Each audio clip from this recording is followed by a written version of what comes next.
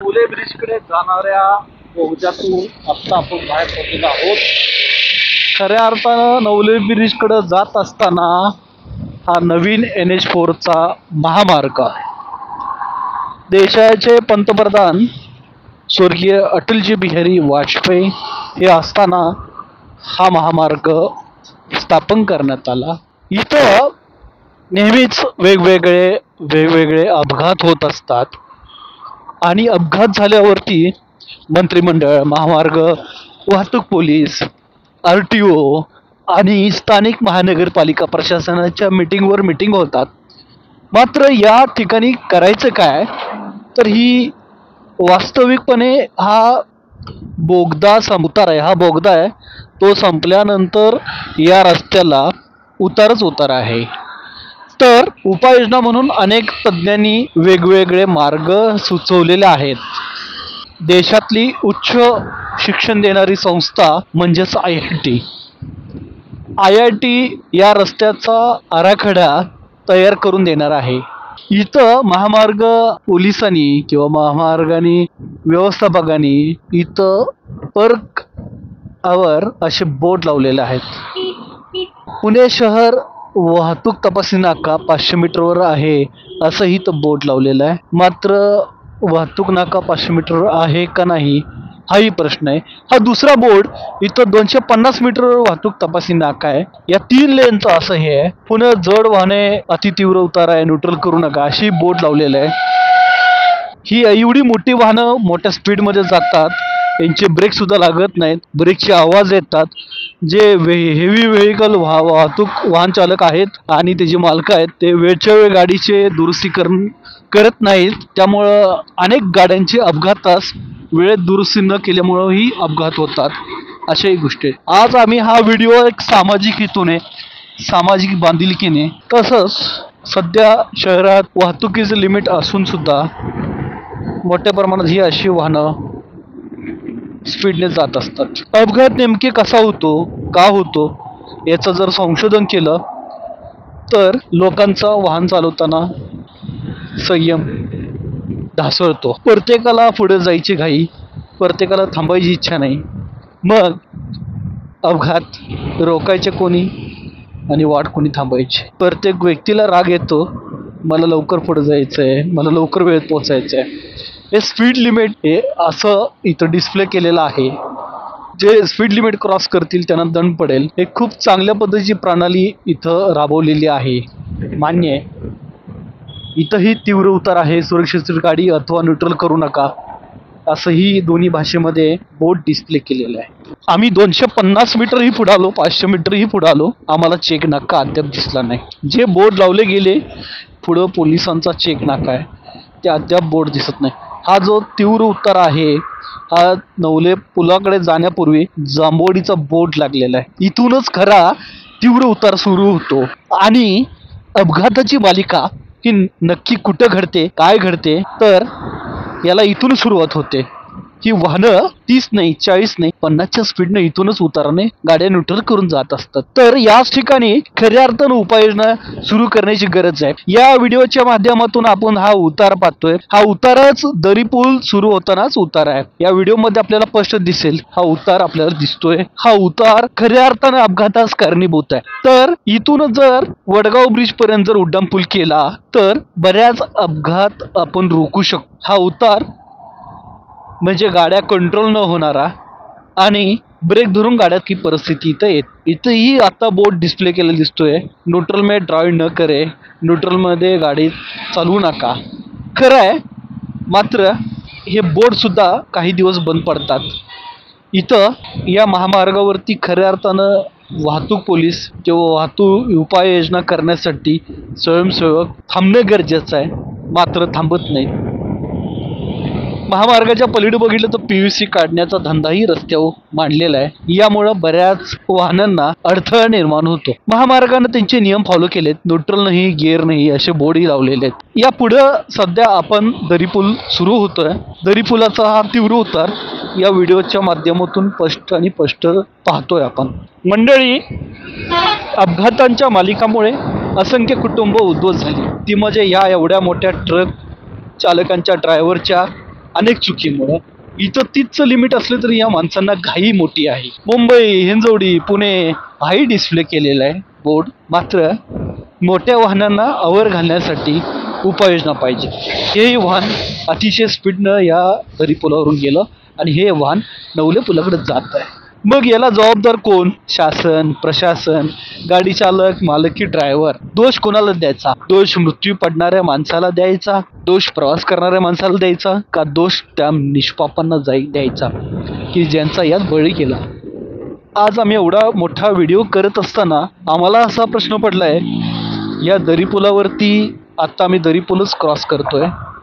दरी पूल क्रॉस केल्यानंतर मुख्य म्हणजे पुण्याचं हे प्रवेशद्वार आहे आणि पुण्याच्या प्रवेशद्वारावरती एकही स्वागत कमान नाही, एकही चेक नाका नाही. मग मी 250 मीटर क्रॉस केलं, 500 मीटर क्रॉस केलं, अद्याप इथं कुठल्याही बोर्ड लागलेले नाहीत. इथं आम्हाला नरेचा बोर्ड दिसतोय दरी पूल क्रॉस केल्या. याच नरेच्या बोर्डपासून हा तीव्र उतार पुन्हा सुरू होतोय. Highway under surveillance camera warning. कॅमेऱ्याचा बोर्ड अतिशय मोठ्या प्रमाणात लागलेला दिसतोय आणि इथं स्पीड लिमिट किती आहे त्याचं हा बोर्ड लागलेला आहे. 30 स्पीड लिमिट असं बोर्ड लागलेलं आहे. हा बोर्ड न वाचता येणारा आहे. कुठलाही वाहन चालक एवढा छोटा बोर्ड वाचू शकत नाही. या व्हिडिओमध्ये गोलोसोच्या पुढच्या बाजूला 60च्या पुढं जो छोटासा बोर्ड फ्लेक्स लागलेला आहे तो 30चा लिमिट असणारा बोर्ड आहे. या बोर्ड आपण जाता जाता बोर्ड 30 लिमिटचा पाहूया. काय प्रकार आहे प्रशासनाचा? अतिशय निंदनीय प्रकार आहे. इथं स्वामीनारायण मंदिर 700 मीटरवर असं बोर्ड लिहिलेलं आहे आणि त्याच्याच खाली कात्रज बायपास मार्ग स्थित भूमकर ब्रिज से नवले ब्रिज अंतिम तक मार्ग पर सभी प्रकार के वाहनों के लिए अंतिम तक सीमा 30 किमी घंटा निर्धारित की आहे. म्हणजे 30 किमी तास अंतर करण्यात येत आहे 1 किलोमीटरचं. आणि हा वरती कॅमेराचाही बोर्ड इथं फाईन बसतो. इथं आता वाहनांचं स्पीड गोठलेलं आहे. हे जर स्पीड दरी पुलाच्या पाठीमागून जर 30 लिमिट करण्यात आलं तर वाहनांच्या अपघात लोडतील. हा 32-72 गाडीवालाही 30 लिमिट क्रॉस करून गेला. दुःखद म्हणजे काय, लोकांना नियम पाळण्याची सवय लागलेली नाही. या निष्पापांचे बळी जातात. खऱ्या अर्थानं हा तीव्र उतार आहे. इथं रस्त्याची दुरुस्ती होणं गरजेचं आहे. हायवे प्रशासन हायवे बांधल्यानंतर बऱ्याचदा इथली दुरुस्ती करत नाही. शासन टोल घेतं, टॅक्स भरतो, बेकायदेशीर वाहनं पार्क केली तर टोईंगद्वारे उचलली जातात.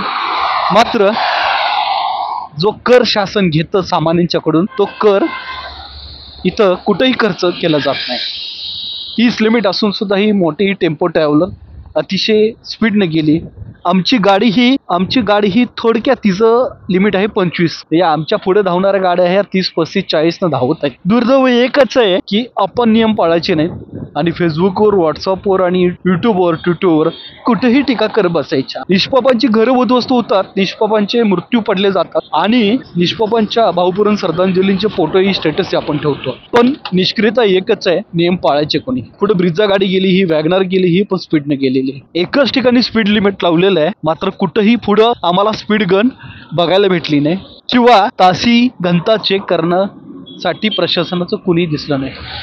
इथं श्री स्वामीनारायणचा हा ब्रिज आहे. या ब्रिजवरतीही फलक लावलेला आहे न्यूट्रल मत की खरं आहे, पण इथंही कॅमेरा नाही. दुर्दैव एकच आहे, इथं कॅमेरा पाहिजे. हायवे हेल्पलाईन 1033 हा बोर्ड लागलेला आहे. मात्र इथं स्पीड कंट्रोल करणं होणं गरजेचं आहे. सध्या हे 2 व्हीलरवाला 8404 हा पण स्पीडने गेला. ही कर्नाटक पासिंगची गाडी स्पीडने गेली. या लोकांनी जर नियम पाळले वाहतुकीचे तर असंख्य कुटुंब उद्ध्वस्त होताना वाचतील. लोक हायवेवरती सुद्धा हेल्मेट घालत नाहीत, सीट बेल्ट वापरत नाहीत. या लोकांच्या चुकांच्यामुळं अनेक कुटुंब उद्ध्वस्त झाली. शासन भरपाई देत आहे, मात्र भरपाई किती दिवस? 200हून अधिक मृत्यू इथं पावले. एफझेड गाडी गेली, ती पण स्पीडने गेली. इथं आम्ही व्हिडिओ नवीन बोगद्यापासून सुरू केला. इथं एकही वाहतूक कर्मचारी नाही, एकही पोलिसांचा चेक नाका नाही.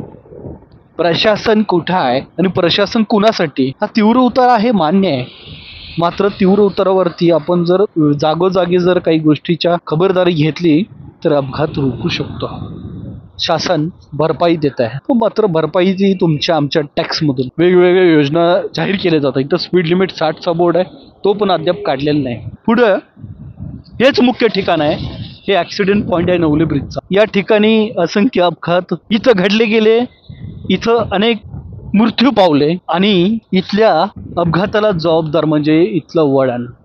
इथं स्पीड लिमिट 30चं केलं आहे, मात्र अंमलबजावणी 100% अद्याप झालेली नाही. ही हायवेची माणसं 30 लिमिट केलेला बोर्ड लावत आहेत. एवढ्या उशिरा अपघातांच्या मालिका चालू राहिल्यानंतर संपल्यानंतर वॉर्निंग मिनिमम स्पीड लिमिट 30 हा बोर्ड एवढा छोटा लागलेला आहे. इथंच पुढं नरेगावची स्मशानभूमी आहे. लोक म्हणतात स्मशानभूमीच्या हद्दीतच अपघात होतात. खरं आहे, कारण की आजवर जे काही बरेच अपघात झाले ते स्मशानभूमीच्या जाणाऱ्या मार्गाकडेच झालेले आहेत. वरून हायवे जातो, खालून स्मशानभूमीला रोड जातो आणि तिथंच अपघात घडले जातात. कारण माहिती नाही, मात्र या घटना इथं घडलेल्या आहेत. 30 जिथं इथं स्पीड लिमिट 30 केलेलं आहे तिथं सर्व गाड्या नांग्या टाकत हळूहळू जात आहेत. मात्र इथं वाहतुकीला शिस्त लागणं गरजेचं आहे. खऱ्या अर्थानं अपघात घडलेले हेच पॉईंट आहे. त्या मोठ्या बिल्डिंग आहेत त्याच्या समोरच इथंच अपघात घडले. माझ्या डाव्या बाजूला नरेगाव आहे आणि आम्ही वडगावच्या दिशेने म्हणजे नवले पुलाच्या दिशेने चाललेलो आहोत. इथं खालीच नरेगावची स्मशानभूमी आणि या स्मशानभूमीला हायवेवरून जाऊ लागतं. बऱ्याच लोकांचं असं मत आहे इथं स्मशानभूमीच्या हद्दीत जे 200 अपघात झाले त्यातले 100हून अपघात स्मशानभूमीच्या वरती झालेले. खरं काय आणि खोटं काय इथल्या स्थानिकांना, पोलिसांना आणि तपासी अधिकाऱ्यांनाच माहिती. आमचा हा व्हिडिओ आज एवढा मोठा होण्याचं कारण काय की वाहन चालकांचा बेफिकीरपणा, नियमांची पायमल्ली आणि इथं 15-10 पासून नो एंट्री व्हेहिकल वाहनांना दिलेलं आहे, तरी पण वाहतुकीचे नियम मोडले जातात. हा टेम्पो गेला, हा पण वाहतुकीचा नियम मोडून गेला. या अपघातांना ही अशीच वाहनं बेकायदेशीर जबाबदार आहेत. आज नवले ब्रिज आपल्या समोर आता सुरू होतोय. आम्ही व्हिडिओ थांबवत आहोत. सरकार प्रशासनाने या गोष्टीकडं इथं लक्ष देण्याची गरज. 2 ठिकाणी स्पीड लिमिट कॅमेरा लावलेला आहे. ही समोर दिसतोय नवले ब्रिज आहे. व्हिडिओ थांबवताना प्रशासनाला या व्हिडिओच्या माध्यमातून एकच विनंती की आपण या ठिकाणी पोलिसांचा चेक नाका सुरू करावा. अधिक स्पीड गन इथं राबवाव्यात, अंमलात आणावे. नियम कागदावर असावे. दौरे मंत्र्यांचे होतात, मात्र कार्यवाही कुठली होत नाही. हे प्रात्यक्षिक पाहिलेलं आहे. व्हिडिओ थांबवतोय. राजकीय कथाच्या माध्यमातून सामाजिक संदेश देण्यासाठी सामाजिक व्हिडिओ आम्ही केलेला आहे. याच व्हिडिओची सगळ्यांनी दखल घ्यावी. हा व्हिडिओ आवडल्यास सगळ्यांनी शेअर करायचा आहे.